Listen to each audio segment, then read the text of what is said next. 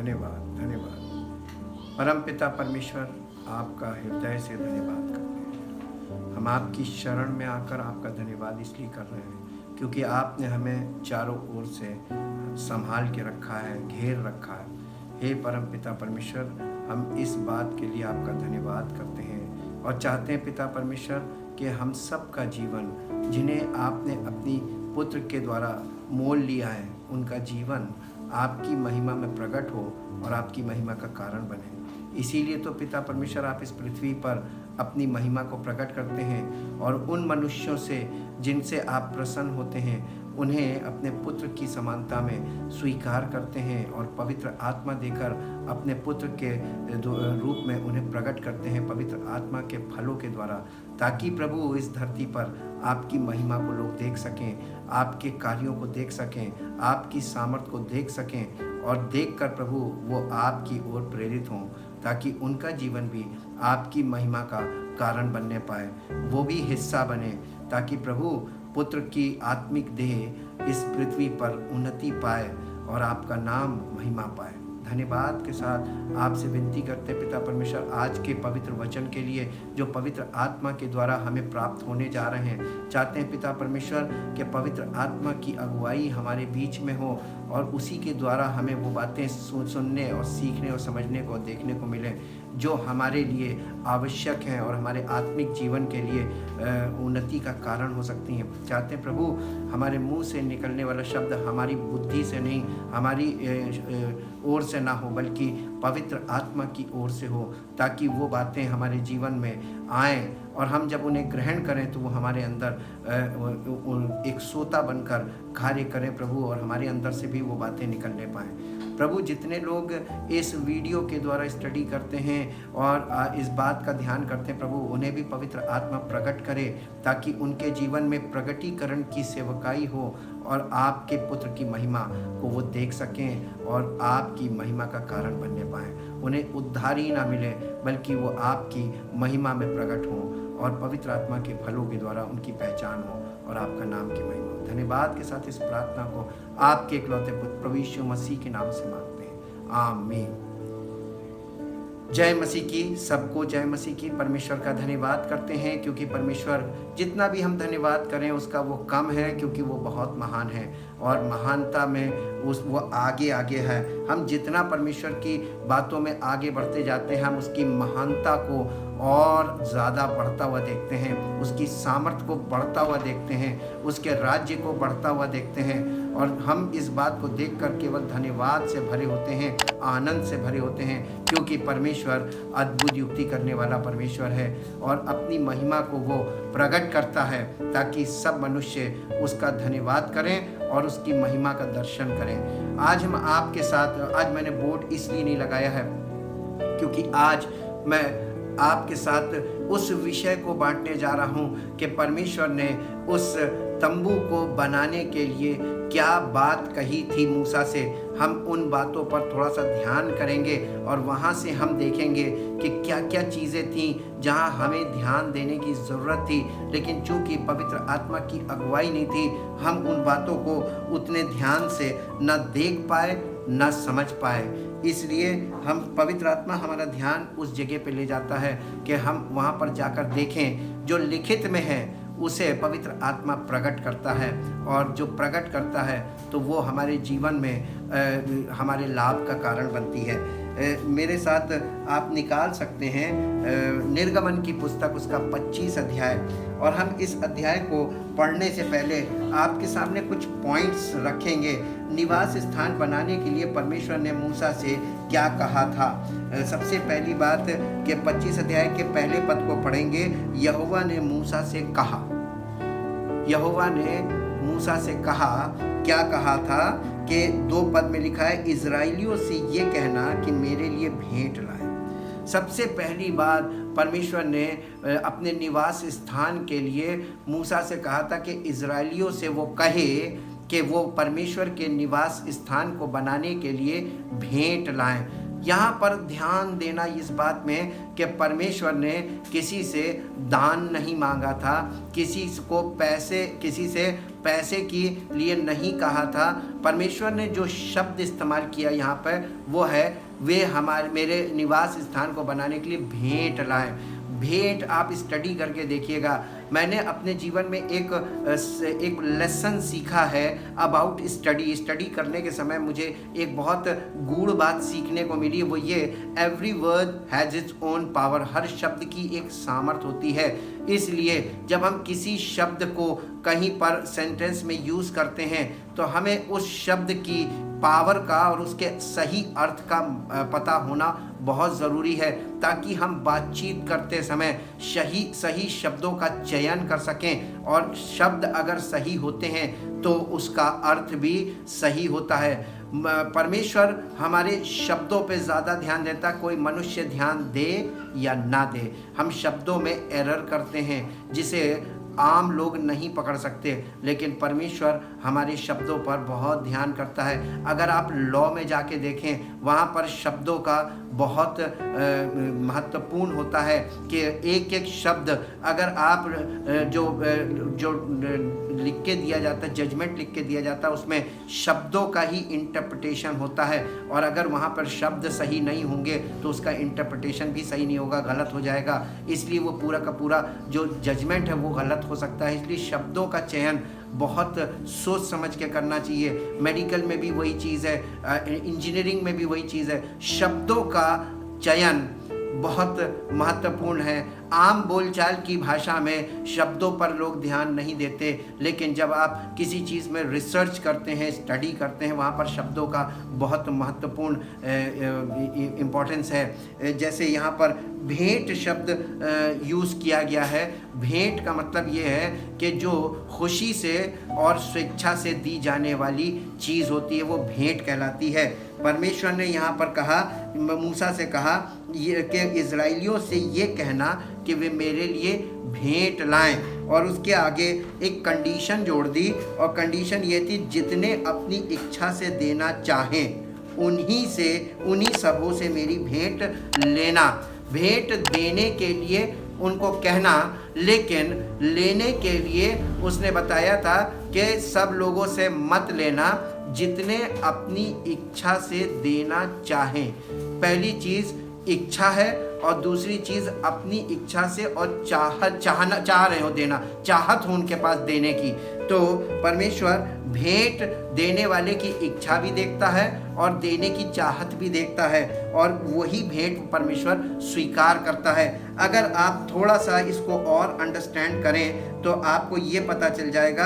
भेंट का जो सबसे पहला लेसन आपको मिलेगा भेंट को लेकर, वो आपको मिलेगा उत्पत्ति के 4 अध्याय में। यहाँ पर काइन और हाबिल आदम के 2 बेटे हैं, और ये दोनों बेटे परमेश्वर के लिए भेंट चढ़ाते हैं। इसके 4 अध्याय उत्पत्ति, इंग्लिश में है the book of Genesis chapter 4 verse 3। यहाँ पर लिखा है, कुछ दिनों के पश्चात कैन यहोवा के पास भूमि की उपज में से कुछ भेंट ले आया, और हाबिल भी अपनी भेड़ बकरियों के कई एक पैलौठे बच्चे भेंट चढ़ाने के लिए ले आया, और उनकी चर्बी भेंट चढ़ाई। तब यहोवा ने हाबिल और उसकी भेंट को तो ग्रहण किया, परंतु कैन और उसकी भेंट को उसने ग्रहण ना किया। तब कैन अति क्रोधित हुआ और उसके मुंह पर उदासी छा गई। यहाँ पर हमें एक बात सीखने को मिलती है भेंट के विषय में, कि दोनों भाइयों ने भेंट चढ़ाई। एक किसान था और एक चरवाहा था। किसान के पास जो होगा किसान वही भेंट देगा, चरवाहे के पास जो होगा चरवाहा वही भेंट देगा। आज के लोगों में मैंने देखा है कि लोग भेंट को लेकर बड़ा इसमें रीजनिंग करते हैं कि नहीं, उसको ये भेंट नहीं देनी चाहिए थी, उसको ये भेंट चढ़ानी चाहिए थी, उसको ये नहीं देनी। परमेश्वर सब भेंट स्वीकार करता है। परमेश्वर ने एक की भेंट को स्वीकार किया और एक की भेंट को स्वीकार नहीं किया। यहाँ पर आप भेंट को रीजनिंग ना करें, चढ़ाने वाले की ज़रूर ध्यान दें, चढ़ाने वाले की ओर ध्यान दें कि चढ़ाने वाले 2 पर्सन थे और एक पर्सन को उसने ग्रहण किया। जिस पर्सन को उसने ग्रहण किया उसकी भेंट को ग्रहण किया, और जिस पर्सन को उसने ग्रहण नहीं किया उसकी भेंट को भी ग्रहण नहीं किया। क्योंकि यहाँ पे साफ साफ लिखा है कि तब यहोवा ने हाबिल और उसकी भेंट को, पहले कौन ग्रहण हुआ? पहले भेंट चढ़ाने वाला ग्रहण हुआ, फिर उसकी भेंट ग्रहण हुई। और यही चीज़ आप नए नियम में जाकर देखिए तो प्रभु यीशु मसीह को परमेश्वर ने ग्रहण किया था, इसलिए उसके द्वारा चढ़ाई गई भेंट उसको ग्रहण योग्य हुई। और पुराने ज़माने में भेंट चढ़ाने वाले तो थे और भेंट चढ़वाने वाले भी थे, लेकिन जो चढ़ाने वाले थे उनसे परमेश्वर प्रसन्न नहीं होता था, इसलिए भेंट स्वीकार नहीं होती थी। यहाँ पर भेंट को लेकर जो सबसे गहरी बात हमें मालूम चलती है वो चढ़ाने वाले के को लेकर है कि चढ़ाने वाला अगर ग्रहण योग्य है तो उसकी भेंट ग्रहण योग्य अवश्य होगी। और फिर हम निर्गमन में आ जाते हैं। यहाँ पर परमेश्वर ने मूसा से कहा था कि इजराइलियों से ये कहना कि मेरे लिए भेंट लाएं और जितने अपनी इच्छा से देना चाहें उन्हीं सबों से मेरी भेंट लेना। और यहाँ पर आगे 3 पद में लिखा है कि भेंट क्या लेनी थी? भेंट लेना था सामग्री, जो निवास स्थान के बनाने के लिए सामग्री चाहिए थी। वो सामग्री की लिस्ट दी परमेश्वर ने मूसा को और कहा ये भेंट लाने को कहना। और वो लिस्ट ऐसे है 3 पद से, और जिन वस्तुओं की भेंट उनसे लेनी है वे ये हैं, अर्थात सोना, चांदी, पीतल, नीले, बैंगनी और लाल रंग का कपड़ा, सूक्ष्म सनी का कपड़ा, बकरी का बाल, लाल रंग से रंगी हुई मेढ़ों की खालें, सुइसों की खालें, बबूल की लकड़ी, उजियाले के लिए तेल, अभिषेक के तेल के लिए, सुगंधित धूप के लिए सुगंध द्रव्य, एपोद और चपरास के लिए सुलेमानी पत्थर और जड़ने के लिए मणि। ये सब चीज़ें, ये वस्तुएं ये भेंट में देनी थी। परमेश्वर ने यहाँ पर पैसा नहीं मांगा था, यहाँ पर सामग्री मांगी थी और सामग्री की लिस्ट दी है कि ये सब सामग्री उनसे कहना मेरे लिए भेंट के रूप में लाएं। और ये वो चीज़ें, अगर आप इन चीज़ों पर गौर करके देखें तो ये उस ज़माने में लोग बलिदान करते थे। आप इसमें पीछे जाकर देख सकते हैं, जब जहाँ पर 20 अध्याय में जहाँ पर 10 हुक्म आए हैं, उसके बाद आपको वेदी के बारे में मिलेगा, वेदी के नियम मिलेंगे और वहाँ पर होम बलि और मेल बलि भी मिलेगी। तो इसका मतलब बलियाँ चढ़ती थी और बलि चढ़ती थी तो जानवरों की खालें ज़रूर जमा होंगी, बहुत ज़्यादा मात्रा में। तो परमेश्वर को मालूम था अवेलेबिलिटी इनके पास क्या क्या है। परमेश्वर ने जो भेंट उनसे लाने के लिए कहा था वो हर वो चीज़ थी जो लोगों के पास अवेलेबल थी। और परमेश्वर आपसे वो चीज़ कभी नहीं मांगेगा जो आपके पास अवेलेबल नहीं है। परमेश्वर हर चीज़ वो आपसे भेंट लाने को कहता है जो इजीली अवेलेबल होती है। और निवास स्थान के लिए जो चीज़ें चाहिए थी वो सब इजीली अवेलेबल चीज़ें थीं। और सबसे बड़ी चीज़ कि इसमें जो सारी चीज़ों को बनाने के लिए जो आधार था वो था लकड़ी। और वो लकड़ी कौन सी थी? बबूल की लकड़ी, जिसका कभी कोई फर्नीचर नहीं बनता, जिसे हम जलावनी लकड़ी बोलते हैं, जो केवल जलाने के काम आती है। और बबूल की लकड़ी को परमेश्वर ने कहा था, क्योंकि जंगल का बहुत चारों तरफ जंगल ही जंगल थे और बबूल का जंगल में बबूल खूब मात्रा में होता है। और बबूल की लकड़ी को परमेश्वर ने इनसे कहा था कि बबूल की लकड़ी, इसमें बबूल की लकड़ी है लिस्ट में। बबूल की लकड़ी, लोगों को करना क्या था? केवल जाकर लकड़ी को काट के लाना था। लोगों को वो भेंट जो चढ़ानी थी उसके लिए कुछ काम करना था और वो काम करके लाकर उसको भेंट देना था। यानी एक तरीके से श्रमदान कह लीजिए। परमेश्वर ये कह रहा था तुम अपना जो काम करते हो करो, लेकिन साथ साथ अगर परमेश्वर को चाहते हो कि वो मेरे बीच में निवास करे तो उसके लिए भेंट में ये सब सामग्री लाओ, ताकि परमेश्वर के लिए निवास स्थान तैयार हो और परमेश्वर तुम्हारे बीच में निवास करे और वहाँ से वो तुमसे वार्तालाप करे और तुम्हें गाइड करे और तुमको लेके चले। इसलिए परमेश्वर ने अपने निवास स्थान के लिए भेंट को लाने को कहा था और वो सारी सामान की लिस्ट। और 8वें पद में और महत्वपूर्ण हो जाता है जब यहाँ पर उसने मूसा से ऐसा कहा। 8वें पद में लिखा है, निर्गमन की पुस्तक 25 अध्याय का 8वां पद, इंग्लिश में है the book of Exodus chapter 25 verse 8। और वे मेरे लिए एक पवित्र स्थान बनाएं। कि यहाँ पर मूसा से बनाने को नहीं कहा गया है, यहाँ पे वो कह रहा है कि वे कौन? जो मेरे लिए भेंट लाएंगे, जो भेंट देते हैं परमेश्वर को, वो परमेश्वर की उपस्थिति की चाहत रखते हैं और वो ये चाहते हैं कि परमेश्वर का निवास हमारे बीच में हो, इसलिए वो लोग परमेश्वर को भेंट देने की इच्छा रखते हैं और बड़ी चाहत के साथ परमेश्वर को भेंट देते हैं। आज भी जो लोग परमेश्वर से प्रेम रखते हैं वो परमेश्वर को भेंट जरूर देते हैं, और जो लोग परमेश्वर से मतलब का प्यार करते हैं वो परमेश्वर को भेंट नहीं देते बल्कि हर समय परमेश्वर से केवल मांगते रहते हैं। इस प्रकार से दो प्रकार के लोग आपको परमेश्वर को दिखाई दे जाता है, कौन किस उद्देश्य से परमेश्वर से जुड़ता है। परमेश्वर से प्रेम करता है इसलिए जुड़ता है, जो परमेश्वर को मानता है और जानता है उसे ये मालूम परमेश्वर ही है जो हमें रोजी रोजगार देता है,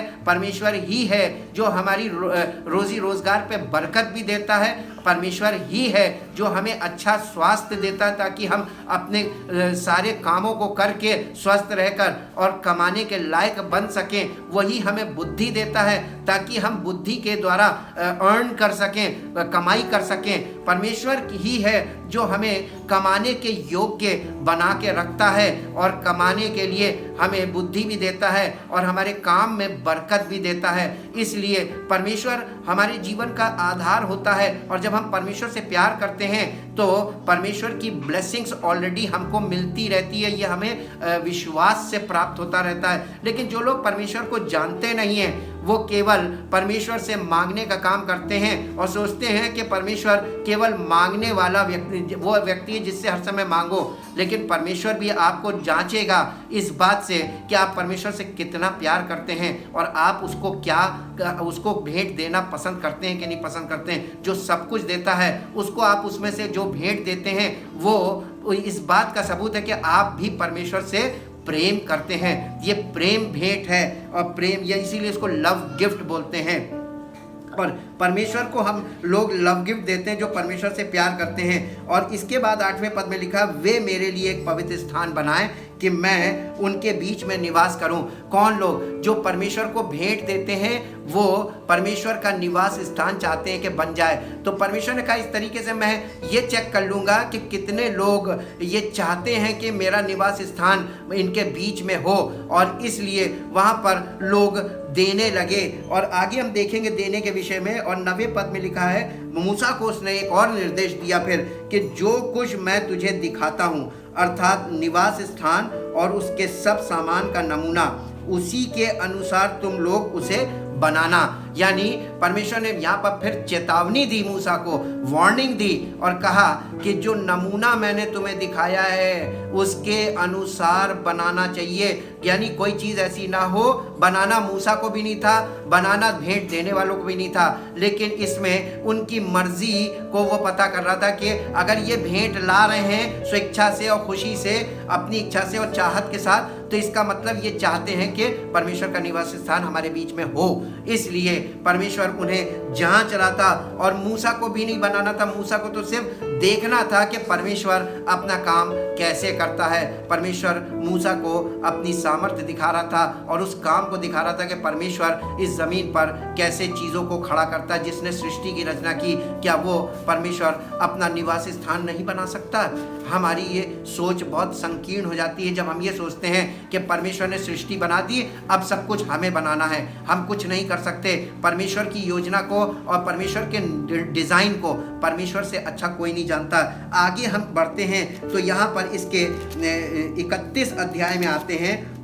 निर्गमन की पुस्तक उसका 31 अध्याय, the book of Exodus chapter 31। यहाँ पर देने के विषय में जब बात चल रही है तो आगे बढ़ने से पहले मैं आपको एक बहुत खास बात बताना चाहता हूँ। जब 8वें पद में कहा इस तरीके से वे मेरे लिए एक निवास स्थान बनाए, जैसा हमने पढ़ा था, इसके लिए हम निर्गमन के 20 अध्याय में चलेंगे। The book of Exodus chapter 20, 20 अध्याय, और 20 अध्याय का 25 पद में इस प्रकार से लिखा हुआ है, और यदि तुम मेरे लिए पत्थरों की वेदी बनाओ तो तराशे हुए पत्थरों से ना बनाना, क्योंकि जहाँ तुमने उस पर अपना हथियार लगाया वहाँ तुम उसे अशुद्ध कर दोगे। इसका मतलब परमेश्वर इससे पहले कि मूसा को निवास स्थान के लिए बताए, उसको दर्शन दे कि ये बनना है और लोगों से वो भेंट के लिए बोले, इससे पहले उसने एक विधि बता दी थी। ये 10 हुक्म जहाँ पर उतरे थे वहाँ पर ये विधि उसने बताई थी मूसा को कि उनसे कह देना कि जब वो वेदी का काम करें उसमें अपने हथियार का इस्तेमाल ना करें, यानी अपने औजार का इस्तेमाल ना करें, क्योंकि जब हम और आप फिजिकली परमेश्वर के लिए कुछ बनाते हैं और उसमें औजार का इस्तेमाल करते हैं तो वो चीज़ अशुद्ध हो जाती है। परमेश्वर ने जो काम किया वो कैसे बनवाया उसको आप देखेंगे तो वो बड़ा अद्भुत लगेगा आपको। मत्ती रचित सुसमाचार, भेंट लेकर आने वाले लोग परमेश्वर के लिए बनाने का काम करते हैं। जैसे उस समय था वैसे ही नए नियम में था। नए नियम में हम आते हैं मत्ती रचित सुसमाचार उसका 6 अध्याय और 6 अध्याय का 19 पद पढ़ेंगे, 19 और 20 और 21 पद। The book of Matthew chapter 6 verse 19 यहाँ पर लिखा है, अपने लिए पृथ्वी पर धन इकट्ठा ना करो जहाँ कीड़ा और काई बिगाड़ते हैं और जहाँ चोर सेंध लगाते हैं और चुराते हैं, परंतु अपने लिए स्वर्ग में धन इकट्ठा करो जहाँ ना तो कीड़ा और ना काई बिगाड़ते हैं और जहाँ चोर ना सेंध लगाते हैं और ना चुराते हैं, क्योंकि जहाँ तेरा धन है वहाँ तेरा मन भी लगा रहेगा। ये परमेश्वर का ये नियम था। परमेश्वर ने उनसे कहा हमारे लिए भेंट लेकर आओ, क्योंकि परमेश्वर को ये मालूम था कि अगर ये स्वेच्छा से और खुशी से भेंट लेकर आएंगे तो इनका मन, ये जहाँ इनकी भेंट होगी और जहाँ इनके द्वारा कोई चीज़ लगेगी मेरे निवास स्थान में ये लगाएंगे तो इनका मन मेरे निवास स्थान में लगा रहेगा। इसी चीज़ को नए नियम में यीशु मसीह ने इस ढंग से बोला और वहाँ पर परमेश्वर ने उस ढंग से काम करवाया था। और फिर उसके बाद इसी 6 अध्याय के मत्ती रचित सुसमाचार 6 अध्याय के 24 पद से पढ़ेंगे, कोई मनुष्य 2 स्वामियों की सेवा नहीं कर सकता, क्योंकि वो एक से बैर और दूसरे से प्रेम रखेगा, या एक से मिला रहेगा और दूसरे को तुच्छ जानेगा। तुम परमेश्वर और धन दोनों की सेवा नहीं कर सकते। यानी 2 स्वामियों की बात की जा रही है। एक स्वामी तो धन है और दूसरा परमेश्वर। आप और हम कौन से स्वामी की सेवा करते हैं और कौन से स्वामी की सेवा हमें करनी चाहिए? परमेश्वर आत्मा है और धन हमारा स्वामी बन जाता है। हम धन के लिए काम करते हैं और हम धन के लिए परेशान रहते हैं। हम धन को फोकस करते हैं, हमारा मन धन के ऊपर लगा रहता है, हमारा मन परमेश्वर के ऊपर। दाऊद ने कई बार भजन में कहा कि परमेश्वर मेरा धन है। वाकई में परमेश्वर से बड़ा धन तो कोई हो ही नहीं सकता। वो हमारा धन है और परमेश्वर अगर आपके पास है तो आपके पास सब धन है, सब प्रकार का धन है। इसलिए यहाँ पर यीशु मसीह ने लोगों को उसी आधार पे बात की। आप यीशु मसीह की बातों के बैकग्राउंड में मंदिर को पूरा पाएंगे। इसको कंपेयर करके देखिए। लूका रचित सुसमाचार के 16 अध्याय में चलेंगे। लूका रचित सुसमाचार, the book of Luke chapter 16 verse 13, 16 अध्याय के 13 पद में इस प्रकार से लिखा हुआ है। 16 अध्याय का 13 पद, कोई दास 2 स्वामियों की सेवा नहीं कर सकता, क्योंकि वो तो एक से बैर और दूसरे से प्रेम रखेगा, या एक से मिला रहेगा और दूसरे को तुच्छ जानेगा। तुम परमेश्वर और धन दोनों की सेवा नहीं कर सकते। हमें पहले चुनना पड़ेगा कि हमें सेवा किसकी करनी है, और परमेश्वर भी चुनाव करेगा कि वो आपको अपनी सेवा के लिए चुनना पसंद करता है कि नहीं, क्योंकि परमेश्वर सबसे काम नहीं कराता। परमेश्वर अपने लिए जिसको चुनता है उसे अपनी योग्यता देता है और उस योग्यता के द्वारा उससे कार्य लेता है। परमेश्वर आज्ञाकारी लोगों को और नम्र लोगों को चुनता है। इसीलिए उसने मूसा को चुना था, जो परमेश्वर की आज्ञा मानने में हमेशा तत्पर रहता था। इसी लूका रचित सुसमाचार के 12 अध्याय का 15 पद से पढ़ेंगे। 12 अध्याय उसका 15 से 21 पद पढ़ेंगे। यहाँ पर इस प्रकार से लिखा हुआ है, 12 अध्याय और उसके 15 पद से, और उसने उनसे कहा, यानी यीशु मसीह ने उनसे कहा, चौकस रहो और हर प्रकार के लोभ से अपने आप को बचाए रखो, क्योंकि किसी का जीवन उसकी संपत्ति की बहुतायत से नहीं होता है। उसने उनसे एक दृष्टांत कहा, उसने एक एग्जाम्पल दिया। धनवान होने के लिए, धनी बनने के लिए लोग लगे रहते हैं। यीशु मसीह ने यहाँ पे एक दृष्टांत दिया। किसी धनवान की भूमि में बड़ी उपज हुई, तब वो अपने मन में विचार करने लगा। अब उसके अंदर प्लानिंग चलने लगी, उसके अंदर ये विचार चलने लगा कि मैं क्या करूं, मैं क्योंकि मेरे यहाँ जगह नहीं जहाँ अपनी उपज इत्यादि रखूं। और उसने कहा, अपने मन में कहा, उसने अपने आप से कहा, मैं यहाँ यह करूँगा, मैं अपनी बखारियाँ यानी अपने स्टोर हाउसेस, अपने स्टोर रूम तोड़कर उनसे बड़ी बनाऊंगा और वहाँ अपना सब अन्न और संपत्ति रखूंगा। यानी लोग आज यही तो कर रहे हैं, जो उनके पास बढ़ता जाए और वो बड़े बड़े स्टोर रूम बना के भरते जाएं। और अपने प्राण से कहूँगा, तब वो व्यक्ति, धनवान व्यक्ति ये मन में सोचने लगा कि तब मैं अपने प्राण से कहूँगा कि प्राण, तेरे पास बहुत वर्षों के लिए बहुत संपत्ति रखी है, चैन कर, खा पी, सुख से रह। परंतु परमेश्वर ने उससे कहा, हे मूर्ख, इसी रात तेरा प्राण तुझसे ले लिया जाएगा, तब जो कुछ तूने इकट्ठा किया है वो किसका होगा। ऐसा ही वो मनुष्य भी है जो अपने लिए धन बटोरता है परंतु परमेश्वर की दृष्टि में धनी नहीं है। आज लोग अपने आप को जांच के देखें कि हमारी क्या दशा है, हमारे अंदर किस प्रकार के विचार हैं। क्या हमारे पास मटेरियलिस्टिक हो गए, हम चीज़ों को जमा करने में विश्वास करते हैं, हम हर चीज़ प्राप्त करने का यत्न करने में लगे हुए हैं, हम मटेरियलिस्टिक विचारों से भर गए हैं, हम परमेश्वर पे विचार नहीं कर रहे हैं, परमेश्वर पे ध्यान नहीं लगा रहे हैं। हमारे अंदर सब केवल ये कि हमारे पास क्या नहीं है वो हमें कैसे मिलेगा, हम ये सब सोचते रहते हैं रात दिन और इन्हीं बातों में लिप्त रहते हैं। लूका रचित सुसमाचार के 12 अध्याय में रहेंगे और 12 अध्याय का 32 पद से पढ़ेंगे। हे छोटे झुंड, मत डर, क्योंकि तुम्हारे पिता को ये भाया है कि तुम्हें राज्य दे। अपनी संपत्ति बेचकर दान कर दो और अपने लिए ऐसे बटुए बनाओ जो पुराने नहीं होते, अर्थात स्वर्ग पर ऐसा धन इकट्ठा करो जो घटता नहीं और जिसके निकट चोर नहीं जाता और कीड़ा नहीं बिगाड़ता, क्योंकि जहाँ तुम्हारा धन है वहाँ तुम्हारा मन भी लगा रहेगा। आपका मन आज या तो धन पे लगा है या परमेश्वर पे लगा है। आप अपने अंदर झांक के देखिए आपका मन कहाँ लगा है। अगर आपका मन परमेश्वर में लगा होता तो आप परमेश्वर की बातों पर फोकस कर रहे होते और जो बातें अभी तक आपको नहीं समझ में आई अब तक आपको समझ में आ गई होती, क्योंकि आपका मन ही नहीं लगता। इसलिए पवित्र आत्मा भी आपको कुछ भी बताने का इंटरेस्ट नहीं रखता है। आगे हम बढ़ेंगे, आगे चेतावनी आई कि जैसा तुम्हें पहाड़ पे नमूना दिखाया गया ठीक वैसे ही बनाना। और उसके बाद ये 25 अध्याय का 9 पद में लिखा, जैसा नमूना तुझे दिखाया गया। और इसी प्रकार से इब्रानियों की पत्री में नए नियम में फिर से आपको ये चीज़, जो चीज़ वहाँ पर है वो चीज़ आपको यहाँ पीछे ज़रूर मिलेगी। इसके 8 अध्याय में the book of Hebrew chapter 8 verse 5 and 6, 8 अध्याय के 5 और 6 पद में आपको ये कंपेयरिंग इसलिए कर रहे हैं ताकि आपको ये पता चल जाए कि नए नियम में बैकग्राउंड में क्या चीज़ चल रही है। वही टैबरनेकल बैकग्राउंड में, वो तंबू बैकग्राउंड में चल रहा है। और यहाँ पर लिखा है, वे स्वर्ग में की वस्तुओं के प्रतिरूप और प्रतिबिंब की सेवा करते हैं। जैसे जब मूसा तंबू बनाने पर था तो उसे ये चेतावनी मिली, देख जो नमूना तुझे पहाड़ पर दिखाया गया था उसके अनुसार सब कुछ बनाना। पर 6 पद में लिखा, पर उन याजकों से बढ़कर सेवा यीशु को मिली, क्योंकि वो और भी उत्तम वाचा का मध्यस्थ ठहरा जो और उत्तम प्रतिज्ञाओं के सहारे बांधी गई।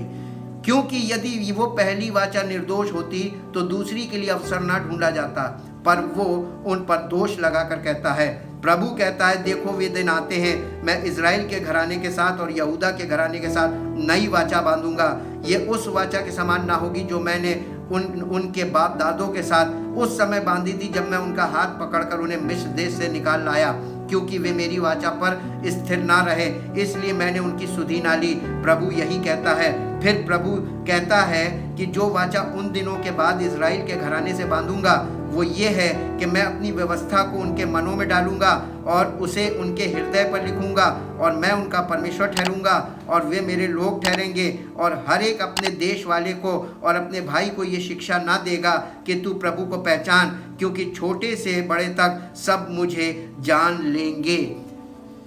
पहचान की बात हो रही है, जान की बात नहीं हो रही है। प्रभु को जानने का समय नहीं, अब प्रभु को पहचानने का समय है। नया नियम प्रभु को पहचानने का है, वो प्रकट हुआ है। आप पहचानो कि प्रभु कौन है। और इसी के साथ साथ आगे ये बात नए नियम में उसने यीशु मसीह के द्वारा जो पूर्ण किया था, उस मंदिर को सिद्ध किया था, उसको पूर्ण करके उसने प्रकट किया अपने पुत्र के द्वारा। अब हम चलते हैं निर्गमन की पुस्तक के 31 अध्याय में, जहां कारीगर की बात आ रही है कि बनाएंगे कौन लोग। भेंट देने वाले भी मिल गए, भेंट देने वालों ने भेंट देना शुरू कर दिया। और भेंट देने वालों ने भेंट कैसे दी, उसके लिए इसका अध्याय 31 के बाद हम आगे बढ़ेंगे।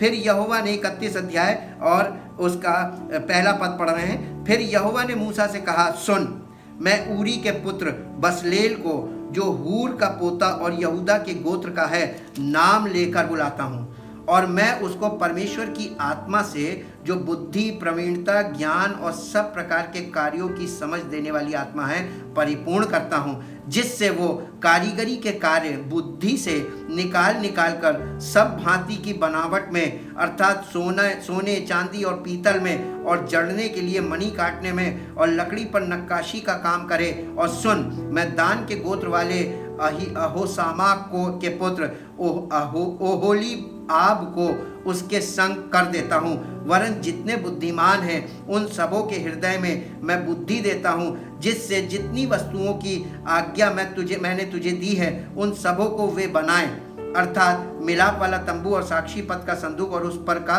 प्रायश्चित का ढकना और तंबू का सारा सामान, और सामान सहित मेज, यानी सारी चीज़ों को वो बनाएं। और उसके लिए परमेश्वर अपनी आत्मा का अभिषेक देगा जिन लोगों को उसने नाम लेकर बुलाया है। यहाँ पर हमको ये बात पता चलती है कि परमेश्वर का कार्य करने के लिए, भेंट देने के लिए वो सबसे कहता है, लेकिन कार्य करने के लिए वो सबसे नहीं कहता, बल्कि वो नाम लेकर बुलाता है।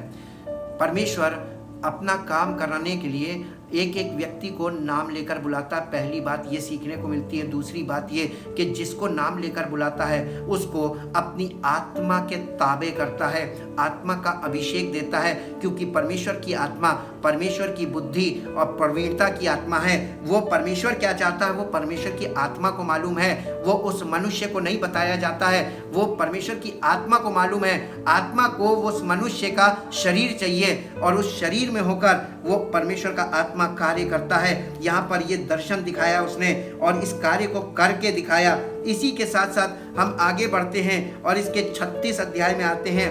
36 chapter the book of exodus, निर्गमन की पुस्तक के 36 अध्याय में यहाँ पहले पद से पढ़ेंगे। लिखा है कि बसलेल और ओहोलीआब और सब बुद्धिमान, जिनको यहोवा ने ऐसी बुद्धि और समझ दी हो कि वो परमेश्वर की सारी आज्ञाओं के अनुसार पवित्र स्थान की सेवा के लिए सब प्रकार का काम करना जाने, वे सब ये काम करें। यानी परमेश्वर की आत्मा जिनके पास है वे काम करें, क्योंकि वे ही काम करेंगे। और फिर उसके बाद लिखा है 2 पद में, तब मूसा ने बसलेल और ओहोलीआब और सब बुद्धिमानों को, जिनके हृदय में यहोवा ने बुद्धि का प्रकाश दिया था, अर्थात जिसको पास आकर काम करने का उत्साह हुआ था, उन सबों को बुलवाया। और इजरायली जो भेंट पवित्र स्थान की सेवा के काम और उसके बनाने के लिए ले आए थे, उन्हें उन पुरुषों ने मूसा के हाथ से ले लिया। तब भी लोग प्रति भोर को उसके पास भेंट अपनी इच्छा से लाते रहे, और जितने बुद्धिमान पवित्र स्थान का काम करते थे वे सब अपना अपना काम छोड़कर मूसा के पास आए और कहने लगे, जिस काम को करने की आज्ञा यहोवा ने दी है उसके लिए जितना चाहिए उससे अधिक वे ले आए हैं।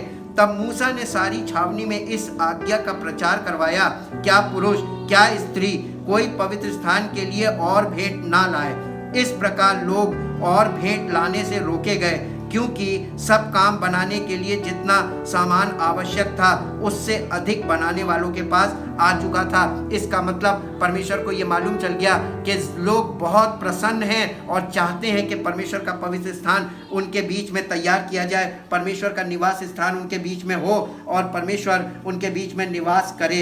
ये कितनी अच्छी चीज़, परमेश्वर को भी फीडबैक मिल रहा था, मूसा को भी फीडबैक मिल रहा था और लोगों को भी परमेश्वर देख रहा था और कार्य कितने ज़बरदस्त तरीके से हो रहा था। हम परमेश्वर का इसके लिए बहुत धन्यवाद करते हैं। और इसके साथ साथ हम लोग नए नियम में चल के देखते हैं कि परमेश्वर आज कलीसिया के लिए कैसे काम कर रहा है। यीशु मसीह ने किसी से कभी नहीं कहा कि कलीसिया को बनाओ।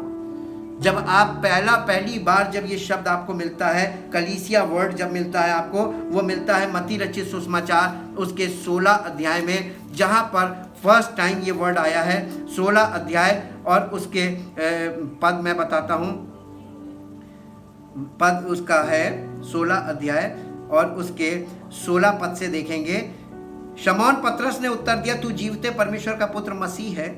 17 पद में यीशु ने उसको उत्तर दिया, हे शमौन योना के पुत्र, तू धन्य है, क्योंकि मांस और लहू ने नहीं परंतु मेरा पिता ने जो स्वर्ग में है ये बात तुझ पर प्रकट की है। और मैं भी तुझसे कहता हूँ कि तू पतरस है, और मैं इस पत्थर पर अपनी कलीसिया बनाऊंगा और अधोलोक के फाटक उस पर प्रबल ना होंगे। यहाँ पर यीशु मसीह ने बोला क्या था? अगर आप ध्यान दें, यीशु मसीह ने कहा था, I will build my church. यीशु मसीह ने कहा था, मैं अपनी कलीसियाएं बनाऊंगा या कलीसिया बनाऊंगा। The Church of Jesus Christ is always singular and universal. The Church of Jesus Christ is universal and single. उसने अपनी कलीसिया बनाने को कहा था, कलीसियाएं बनाने को नहीं कहा था। पहली बात। दूसरी बात कहा था मैं बनाऊंगा। और तीसरी बात यहाँ पर लिखा था, उस कलीसिया की पहचान बताई थी, उस पर जो यीशु मसीह कलीसिया बनाएगा उस पर अधोलोक के फाटक प्रबल नहीं होंगे। और यीशु मसीह जब इस चीज़ को करके प्रकट करेगा तो जितने लोग फॉल्स वाला जो बना हुआ है वो ढह जाएगा और ट्रू वाला बना रहेगा। आप इस चीज़ पर ध्यान करें और देखें कि यीशु मसीह किस दर्शन को लेकर आया था। और इसी के साथ हम आगे बढ़ते हैं। पहला कुरिन्थियों, यीशु मसीह कलीसिया को कैसे बनाएगा? अब आप फिर देखिए, जैसे मंदिर में काम हुआ था वैसे ही कलीसिया को बनाने का काम भी होगा। पहला कुरिन्थियों 12 अध्याय और उसके 7 पद से यहाँ पर इस प्रकार से लिखा है, किंतु सबके लाभ पहुंचाने के लिए हर एक को आत्मा का प्रकाश दिया जाता है, क्योंकि एक को आत्मा के द्वारा बुद्धि की बातें दी जाती हैं, दूसरे को उसी आत्मा के द्वारा ज्ञान की बातें, किसी को उसी आत्मा से विश्वास और किसी को उसी आत्मा से चंगा करने का वरदान दिया जाता है, और किसी को सामर्थ्य के काम करने की शक्ति, और किसी को भविष्यवाणी की, और किसी को आत्माओं की परख, और किसी को अनेक प्रकार की भाषा, और किसी को भाषाओं का अर्थ बताना। परंतु ये सब प्रभावशाली कार्य वही एक आत्मा कराता है, और जिसे जो चाहता है वो बांट देता है। जैसे मूसा के समय में नाम लेकर बुलाया, जिसे उसने नाम लेकर बुलाया उसी ने काम किया, उसी से उसने काम लिया, वैसे ही कलीसिया में भी वो ऐसा ही करेगा। परमेश्वर कभी ना बदलने वाला परमेश्वर है। परमेश्वर ना बदलता है और ना वो मनुष्य को जैसा मनुष्य है वैसा ग्रहण करता है। वो मनुष्य को बदलकर अपने लायक बनाता है और तब उसके द्वारा वो काम कर पाता है। हम एक औजार के समान केवल होते हैं। हमारा माइंड का वो इस्तेमाल नहीं करता है, हमारे बॉडी का वो इस्तेमाल करता है, लेकिन हमारे माइंड का इस्तेमाल नहीं करता है, हमारे विचारों का इस्तेमाल नहीं करता है, हमारी सोच का इस्तेमाल नहीं करता। वो पवित्र आत्मा की सामर्थ है और परमेश्वर के विचार हैं वो हमारे अंदर से निकलने लगे और परमेश्वर की आत्मा के फलों से हमारा जीवन भरा हो। वो हमारे जीवन से, हमारे शरीर को इस्तेमाल करता हो, हमारे जीवन से इस बात को प्रकट करता है कि हम किसकी सेवा कर रहे हैं और हम किसके कंट्रोल में चल रहे हैं, पवित्र आत्मा के या अपनी बुद्धि और युक्ति से चल रहे हैं। इसलिए सावधान रहकर, मूसा को बार बार चेतावनी मिली थी, सावधान सावधान सावधान। हमें और आपको भी पवित्र आत्मा सावधान रहकर काम करने के लिए हमेशा प्रेरित करेगा। इसलिए अपने ओर से कोई विचार ना करें। पौलुस ने एक जगह लिखा कि हम इस लायक नहीं कि हम अपनी ओर से परमेश्वर के विषय में कोई विचार कर सकें। हमारी सामर्थ्य तो वही है, हमारी योग्यता भी वही है, पवित्र आत्मा, और बिना पवित्र आत्मा के हम वो नहीं कर पाएंगे जो वो करना चाहता है, क्योंकि पवित्र आत्मा के पास सारा नक्शा है और सारी डिजाइनिंग है। हमको तो अपने शरीर को उसको समर्पित करना है और अपना जीवन उसको समर्पित करना है। इसलिए पौलुस ने बहुत अच्छे तरीके से हमें सुसमाचार में ये बताया। रोमियो की पत्री 12 अध्याय, रोमियो की पत्री उसका 12 अध्याय और 12 अध्याय का पहला और दूसरा पद, इसलिए हे भाइयों, मैं तुमसे परमेश्वर की दया स्मरण दिलाकर विनती करता हूँ कि अपने शरीरों को जीवित और पवित्र और परमेश्वर को भावता हुआ बलिदान करके चढ़ाओ, यही तुम्हारी आत्मिक सेवा है। इस संसार के सदृश ना बनो, परंतु तुम्हारे मन के नए हो जाने से तुम्हारा चाल चलन भी बदलता जाए, जिससे तुम परमेश्वर की भली और भावती और सिद्ध इच्छा अनुभव से मालूम करते रहो। जब परमेश्वर का आत्मा तुम्हारे जीवन में आएगा और वो काम करेगा और तुम्हें लेकर चलेगा, उसके बाद ही तुमको अनुभव प्राप्त होगा। सोचने से अनुभव नहीं मिलता है, बैठकर विचार करने से अनुभव नहीं मिलता है। और इसी तरीके से इफिसियों की पत्री उसका 2 अध्याय और 11 पद से ये इस कारण स्मरण करो कि तुम जो शारीरिक रीति से अन्य जाति हो, जो लोग शरीर में हाथ के किए हुए खतने से खतना रहित वाले हाथ के किए हुए खतने से खतने वाले कहलाते हैं, वे तुमको खतना रहित कहते हैं। तुम लोग उस समय मसीह से अलग और इज़राइल के प्रजा के पद से अलग किए हुए और प्रतिज्ञा की वाचाओं के भागी ना थे और आशाहीन और जगत में ईश्वर रहित थे। पर अब मसीह यीशु में तुम जो पहले दूर थे, मसीह के लहू के द्वारा निकट हो गए हो, क्योंकि वही हमारा मेल है, जिसने दोनों को एक कर लिया और अलग करने वाली दीवार को जो बीच में थी ढा दिया और अपने शरीर में बैर अर्थात व्यवस्था जिसकी आज्ञाएं विधियों की रीति पर थी मिटा दिया, कि दोनों से अपने में एक नया मनुष्य उत्पन्न करके मेल करा दे और क्रूस पर बैर को नाश करके इसके द्वारा दोनों को एक देह बनाकर परमेश्वर से मिलाए। उसने आकर तुम्हें जो दूर थे और उन्हें जो निकट थे, यानी यहूदी अन्य जाति यहूदी दोनों की बात कर रहा, दोनों को मेल मिलाप का सुसमाचार सुनाया, क्योंकि उसी के द्वारा हम दोनों की एक आत्मा में पिता के पास पहुंच होती है। इसलिए तुम अब विदेशी और मुसाफिर नहीं रहे, ये अन्य जातियों के लिए है, परंतु पवित्र लोगों के संगी, स्वदेशी और परमेश्वर के घराने के हो गए हो और प्रेरितों और भविष्यवक्ताओं की नींव पर, जिसके कोने का पत्थर मसीह यीशु स्वयं ही है, बनाए गए हो, जिसमें सारी रचना एक साथ मिलकर प्रभु में एक पवित्र मंदिर बनती जाती है, जिसमें तुम भी आत्मा के द्वारा परमेश्वर का निवास स्थान होने के लिए एक साथ बनाए जाते हो।